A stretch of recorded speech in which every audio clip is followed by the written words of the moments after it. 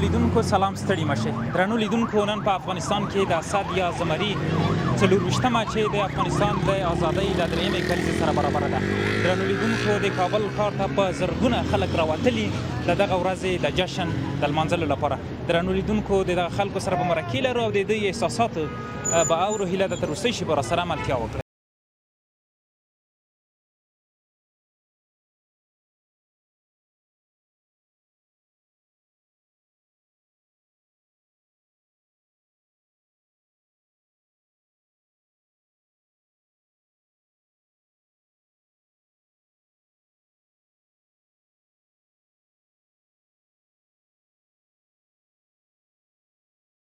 الرحمن الرحیم. زما نوم حذیفه مهاجر ده.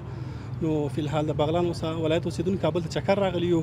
نو یو ډېر داسې احساس کوم چې دا احساس زه په خپل نشم تعبیرولی چې سره کوم ورځ ده. یعنی د اختر ورځ ما داسې په خوشحالۍ سره نه ده لمانځلې لکه د ازادۍ ورځ. د ازادۍ ورځ هغه ورځ ده چې په دې کې داسې قوت مات شو چې هغه قوت نوره دنیا ورته داسې تعبیر کوي چې یعنی دا ډېره قوي ده. خو یوازیني افغانان دي چې په یوازې په کومو اسلحو سره یعنی په کم داسې مادیاتو سره امریکا ماته کړل.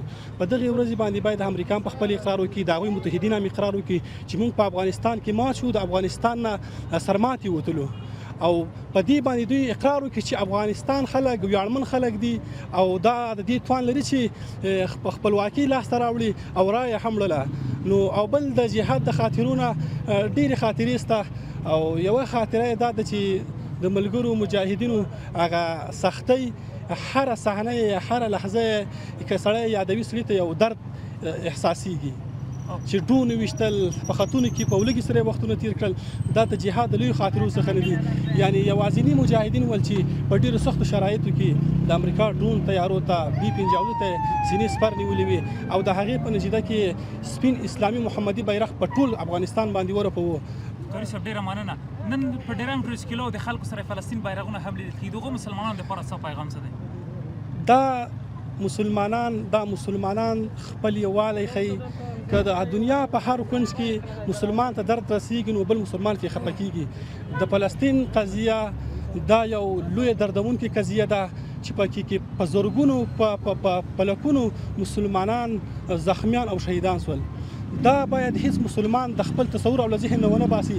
باید په تاریخ کې نوشته شي چې اسرائیل او غاصبینو د فلسطین د مسلمانانو د غزې څومره ظلم وکړ. دا هغه ظلم دی چې په تاریخ کې یې ساری نشته.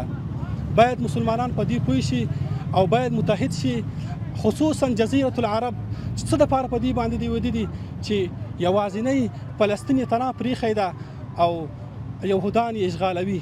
آیا دوی صلاح الدین ایوبي هیر کړی ده؟ نورالدین زنجي هیر کړی ده؟ باید د هغو په لارو باندې لاړ شي. دا د استعمار وجه ده چې په ټولو دنیا باندې امریکا استعمار کړی ده، څه نشي کولی. اوس باید مسلمانان د دې استعمار نه ځان خلاص کړي، خصوصا جزیرة العرب. د فلسطین د مظلوم ولس سره باید یو ځای شي او خپله میړانه او خپله د ایوبي صلاح الدین تور راوباسي او دا چیغه پورته کړي چې الله اکبر او باید ځانونه ښکاره کړي. دا دین خبره د اسلام ده، خبره د قرآن ده، خبره د احادیثو ده. رسول الله صلی الله علیه وسلم چې دې ځای ته دین را رسولی ده، دا یې په یووالي او دا یې پر دې باندې رسولی ده چې هدف یې د الله جل جلاله دین لوړول و او اعلی کلمت الله وه. باید د ټولې دنیا مسلمانان په دې باندې پوه شي چې اسلام یو ده، دین یو ده. که په فلسطین کې څوک شهید کېږي دا درد باید په افغانستان کې هر یو په ځان باندې احساس کی. که په پاکستان کې څوک شهید کېږي دغه درد باید څوک په ځان کې احساس کی. او یوازینۍ خبره مې دغه ده چې د فلسطین مسلمان ولس ته تاسو ډېرې دعاګانې وکړئ او په خپلو دعاګانو کې مه هېروئ او الله تعالی دې ټولو ته حافظ او ناصر.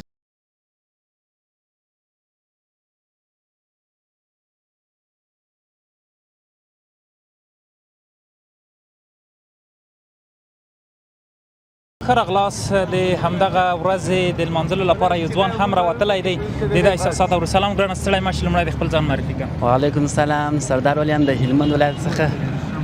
ډېر ښه خوشحاله اوسې سردار ولی جانه. نن د ازادۍ درېیمه کلیزه لمانځل کېږي. څومره خوشحاله یې او خلک چې وینې څومره د خوشحالۍ احساس کوي؟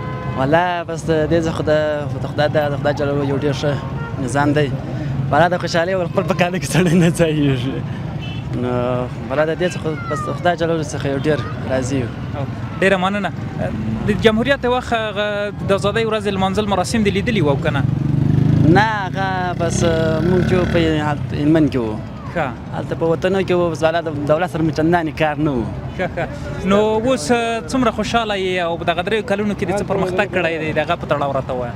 والله بس الحمدلله بس دا 3 کلونو کې بس نه خو موږ درسو ته خلاص وو او نه نورو کار ته خلاص وو، ځکه چې موږ به د امارات سره جوړ وو. هغه به چې موږ یو ښار یو بل خوا ته به رالو، هغه ګډه به ګیر شولو، خوا ته به نه شو تللی. او اوس الحمدلله بس چې که په شپه وي که په ورځ وي هرې خوا ته ولاړ شو، په دې څوک نشته را چې چېرته ځې ولې ځې. ډېره زیاته مننه ګرانه. مننه.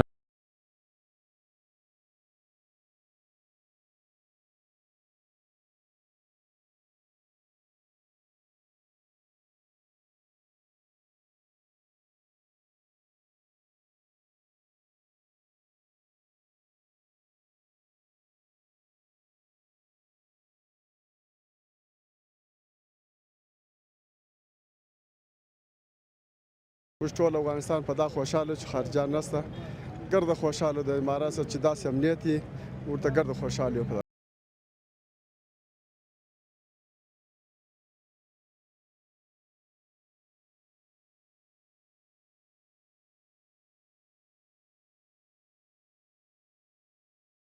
بیا هم ښه راغلاست. سلام ورور سړی ماشي لومړی د خپل ځان وعلیکم السلام. زما نوم شیرین ده.